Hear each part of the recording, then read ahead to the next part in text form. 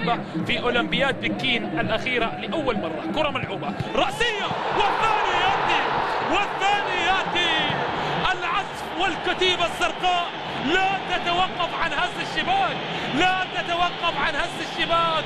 والقحطاني فرحة بمولود الأول ويهديه الهدف الأول، بل يهدي الأمة الهلالية الهدف الأول، وشعب الهلال الكامل في المدرجات يهديه الهدف الأول من القناص ياسر القحطاني.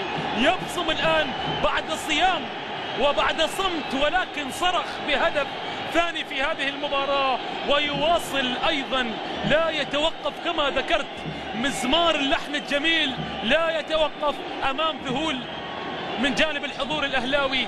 الكرات الهوائية هي عنوان المباراة، الكرات العالية هي العنوان. ارتقى أعلى من الجميع إلى الطابق العاشر، نزل باللفت وين في المرمى مباشرة ياسر القحطاني رغم محاولة مسعد بيده بكل الوضعيات، ولكن قوتها كانت فيها، وبالتالي الهدف الثاني يأتي الآن لصالح الهلال.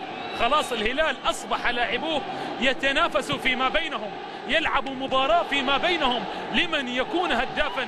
شلهوب